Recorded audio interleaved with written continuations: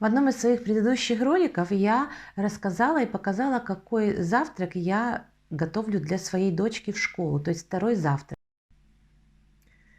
Вот приготовила второй завтрак дочке в школу. Здесь у меня бутерброд, здесь у меня кусок багета, но также в середине есть и сыр, и ветчина, и помидор. Вот здесь в коробочке яблочки. Она так любит, потому что я даю наши яблоки уже немножко такие сморщенные. Вот, поэтому я и чищу, я даю в коробочке, и так удобнее сразу съедать. Вот. Ну и круассанчик. Дочка будет в школе с 8 до 3. И некоторые из вас попросили меня записать ролик, как выглядит питание в дошкольных и школьных учреждениях Польши. Итак, начну я с дошкольных учреждений, а вообще буду рассказывать на примере моих детей, как это было и какое у них было питание. Итак, в дошкольных учреждениях Польши, в государственных детских садах это трехразовое питание, то есть завтрак, обед и ужин. Когда ходили мои дети, рабочий день в садике начинался с 6 или с 6:30, я не помню, потому что я так рано не приводила своих детей, и длился до 16:00. Итак, это был завтрак, обед и полудник. Конечно же, с окончанием работы садика в 16 часов были проблемы, потому что это слишком рано. И вот так, если ты заканчиваешь работу в 4, то уже нет возможности успеть забрать еще ребенка из садика. Но это другая песня, другая тема. Мне кажется, сейчас уже продлили, уже дольше садики работают, но я вам не скажу, потому что меня эта тема уже не касается. А те, кто вводит детей в государственные садики, напишите обязательно в комментариях, как это выглядит сейчас. Итак, вернемся к питанию. Завтрак, обед и полудник. Полудник – это обычно какой-то сок или в бутылочке, или в картонной упаковочке, к нему булочка, там печенье, вафелька или там, не знаю, какой-то батончик. Вот такая поштучная еда. Не помню уже точно, но более-менее вот такие продукты присутствуют. Поэтому если кто-то забирал ребенка раньше, то можно было пойти на кухню и этот полудник забрать, и ребенок мог его скушать дома. Конечно же, с завтраком и обедом таких вещей вы не сделаете, потому что здесь нормальные блюда, которых ты, конечно же, не положишь суп в карман и не принесешь домой.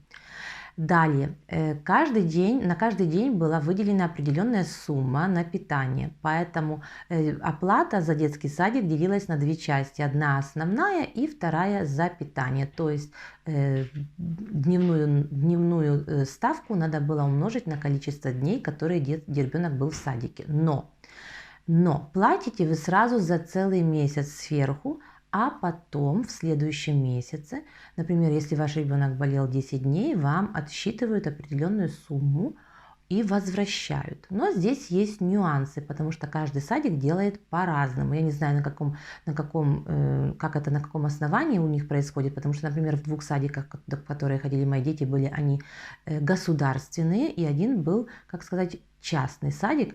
Вот, поэтому даже в этих двух государственных садиках были два разных метода по возвращению денег. В одном садике возвращали 100%, например, 10 дней ребенок болел, за 10 дней тебе возвращают деньги. В другом садике было так, что первый день болезни они не возвращали, и все последующие дни уже возвращали. То есть из 10 дней, которые ребенок не был, тебе за 9 дней возвращали ставку за еду. Далее, что же было в этом частном садике? Это был частный садик, который вели сестры, монашки, и у них они практиковали следующий метод. За первые 3 дня не возвращали денег, а за последующие уже возвращали.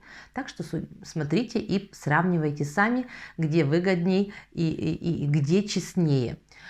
Вот. Далее, что я еще хочу сказать на тему на тему детских садов и питания в частных садиках, мне довелось один раз кого-то подменять на протяжении месяца в частном и довольно дорогом садике. И я там имела возможность посмотреть, как кормят детей. И также я слышала о других частных садиках, что там кухни на месте нету. Вот в государственных садиках даже у этих монашек кухня была на месте, то есть была повариха, они покупали продукты и готовили сразу все на месте и раздавали детям еду. Здесь же кухни не было, никакой поварихи не было, они заключают контракт с какой-то фирмой, которая готовит еду на вынос. Вот, и они также обслуживают детские сады, поэтому идет заказ, и они привозят эту еду 2 раза в день, там завтрак и обед. Не знаю, как с завтраками, я приходила немного позже, завтраков я не видела, но во время обеда они привозили обед, и, наверное, полудник тоже привозили. Они это привозили в таких, ну, как привозят еду на вынос, но, например, суп или там второе они привозили одни большие контейнеры и потом нянечки раскладывали на тарелки, а уже десерт какой-то, то они привозили уже готовые, поштучные в каких-то пластиковых таких мисочках, коробочках, вот, и каждому ребенку давали. Но скажу вам из того, что я видела, то ну, я не была в восторге от той еды, которую привозили из этой фирмы.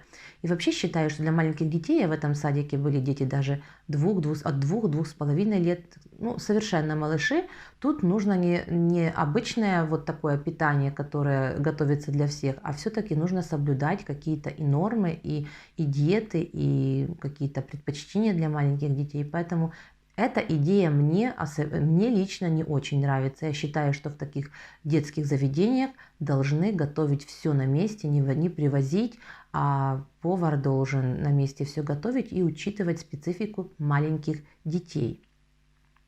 Идем дальше к школам. Школы в Польше 8-летние. И здесь обычно, не знаю, как в частных школах, я не ходила, но в тех государственных школах, в которых учились мои дети, была кухня на месте. И обеды готовили на месте.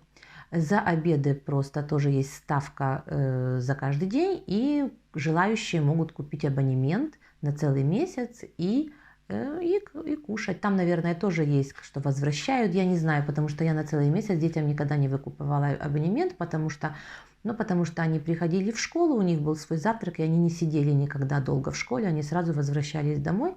Поэтому те дни, когда они все-таки могли быть дольше, ну, на этот день мы покупали обед, вот, отдельно. А так на целый месяц не покупали, поэтому там сын или дочка приходили, платили женщине сумму определенную за этот день, и им выдавали обед. Что с оплатами? Оплату вносит каждый индивидуально, но малоимущие семьи, там дети из многодетных семей или, например, ну, у кого есть трудная ситуация, тем государство доплачивает за обеды. Есть такая организация в Польше, она называется МОПС, ну и туда школа подает заявку и таким детям финансирует питание в школе. С 1 по 8 класс можно ходить и обедать в школе. Как выглядит обед? Обед это обычно, и я также хочу подчеркнуть, что это было в тех школах, в которые ходили мои дети. Я не исключаю того, что в других школах может быть иначе. И если это так, обязательно напишите в комментариях. И вообще то, что я рассказываю сейчас о Польше, напишите обязательно в комментариях, как выглядит это в ваших странах, питание в садиках и в школах. Итак, там, куда ходили мои дети, это обычно одно блюдо. Или первое, или второе. Но в 90% это всегда было второе блюдо. Очень редко, когда был это суп. Потому что если суп, то только суп, и может что-то еще там дадут, какой-то фрукт или компот. Также и со вторым. Это второе блюдо плюс какой-то компот, чай, может быть сок. Вот, иногда дают банан, иногда дают яблоко. И вот так, такого полноценного обеда, как первое, второе и третье, вот, в школах, куда ходили мои дети, никогда не было. И что еще хочу сказать. Это То, что касается восьмилеток. Далее дети идут в техникумы или в лицей. Мой сын закончил техникум, и там был очень большой техникум. Вот в основном мужская компания. Вот. Столовой не было. Дочка ходит в лицей, там тоже нету столовой. То есть вообще в средних школах столовые как таковые отсутствуют. Там питания уже нету. Каждый должен выходить из ситуации как ему удобней. Вот. В техникуме столовой не было, но там был буфет. То есть нету столовых, но может быть буфет. Так же, как есть буфеты на территории и восьмилеток. Это частная лавочка, школа подписывает с кем-то договор, и кто-то открывает себе частный буфет и продает, и ведет свою, то, что хочет, и продает, и ведет свою индивидуальную коммерческую деятельность. Что может в этом буфете быть? Какие-то фрукты, сладости, печенье, вода, напитки. Вот. Все зависит от того, кто ведет. Могут быть какие-то горячие пиццы, подогретые в микроволновке, могут быть хот-доги, могут быть какие-то запеканки тоже из микроволновки подогретые. Часто делают бутерброды на месте для продажи. Вот такого типа еда может быть в буфете. Иногда могут сделать растворимый суп, например, залитый кипяточком. Вот. Но нормальной еды такой, чтобы прийти и пообедать, там не будет. И, например, в том лицее, в который ходит моя дочка, там даже нету и такого буфета. Там только в коридоре стоит автомат, в котором можно купить какой-то напиток, батончик, вафельку, печеньки. Все. На этом ассортимент заканчивается. Поэтому я готовлю завтраки, вторые завтраки дочки в школу. И кто-то мне написал, что ребенок, который плотно позавтракает утром, спокойно может просидеть до 3 часов в школе. Я хотела бы ответить на этот комментарий более в развернутом виде. Вы знаете, наверное, у каждого свое мнение, но вот просидеть, протирая штаны, возможно, ребенок и может. Но качественно и добросовестно работать, потому что, например, моя дочка учится на очень трудном направлении, на самом трудном направлении, которое можно выбрать в лицее, вот, и там просидеть не получится, потому что она не ходит в школу для того, чтобы посидеть. Она в школу ходит для того, чтобы получать знания и чтобы эффективно их использовать. Поэтому, учась 8 часов в день, без перерыва, потому что самая большая перемена – это 10 минут, от силы 15. Это постоянно нужно впахивать, постоянно нужно работать. И для этого нужна еда. Работает мозг, его тоже нужно подпитывать. Поэтому я не понимаю, как можно с 8 до 3 сидеть и ничего не кушать. Я стараюсь своему ребенку приготовить что-то, чтобы ему было легче, потому что если кишки играют марш, то как ты можешь делать задание по расширенной, углубленной математике, которая очень трудная, или, например, по биологии? Это же очень трудные предметы. И я совершенно не согласна с таким мнением, что можно просидеть. Это раз. Во-вторых, так как мы сейчас интенсивно боремся, везде об этом говорят, за здоровое питание, за здоровый образ жизни. Даже у нас в Польше проводятся такие мероприятия, уже несколько лет назад присматриваются к тому, что кушают дети, чтобы это не было слишком сладкое, слишком соленое, чтобы больше было вообще и фруктов и так далее. То одно из первых правил здорового образа жизни – это здоровое питание. А здоровое питание – это не только сбалансированное питание, но также и режим питания. Да? Нельзя же делать такие большие перерывы в еде по 8 часов и по 9 в школу еще надо доехать.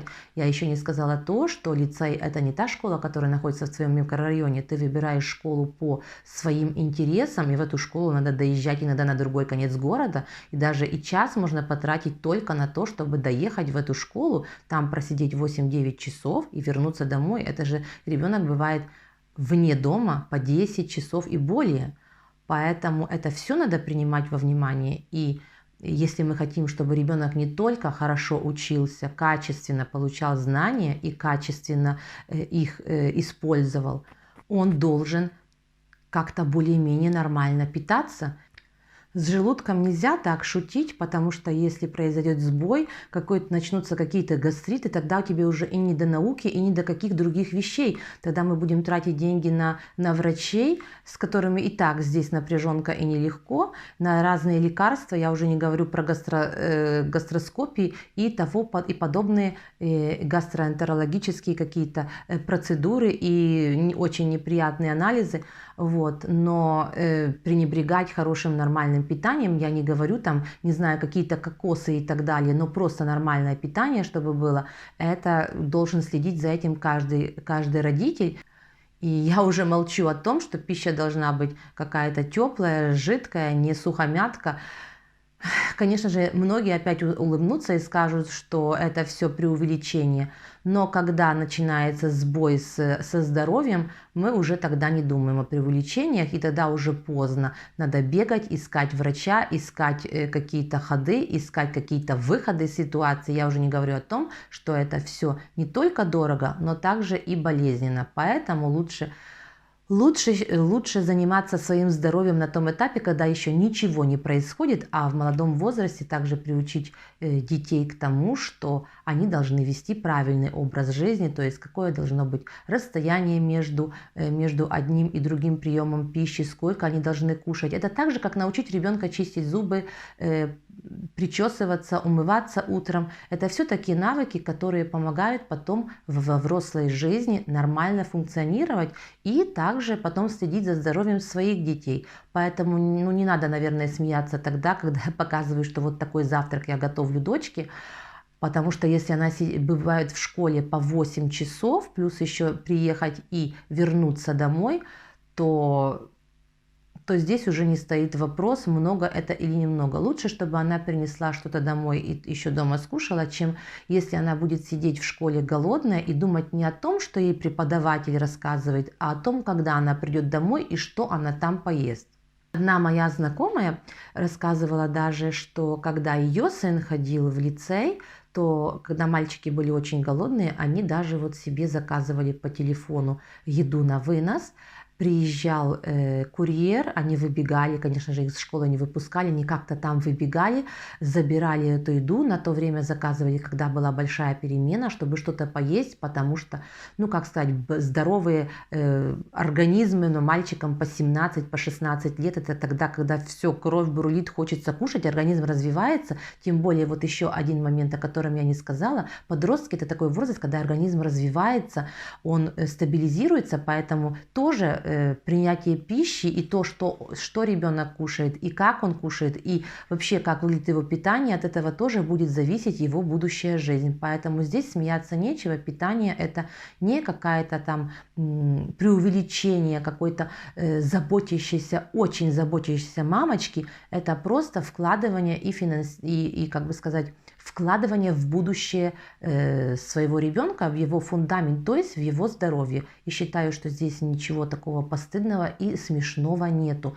И просто те родители, которые этим, может, не то чтобы пренебрегают, но как-то не обращают внимания, и так сойдет, другие дети тоже ходят, я бы посоветовала все-таки об этом задумываться, потому что если нету здоровья, то уже ничего не надо. И лучше тратить деньги на книги, на какие-то развивающие вещи, чем потом тратить деньги на лекарства, слезы, нервы, походы по поликлиникам, больницам и так далее. Потому что если не сегодня, то откликнется завтра, послезавтра, через месяц. Это я так, как сказать, в переносном значении говорю, потому что некоторые процессы развиваются годами и не дают никаких симптомов сначала, но потом, когда разыграется буря, будет уже поздно.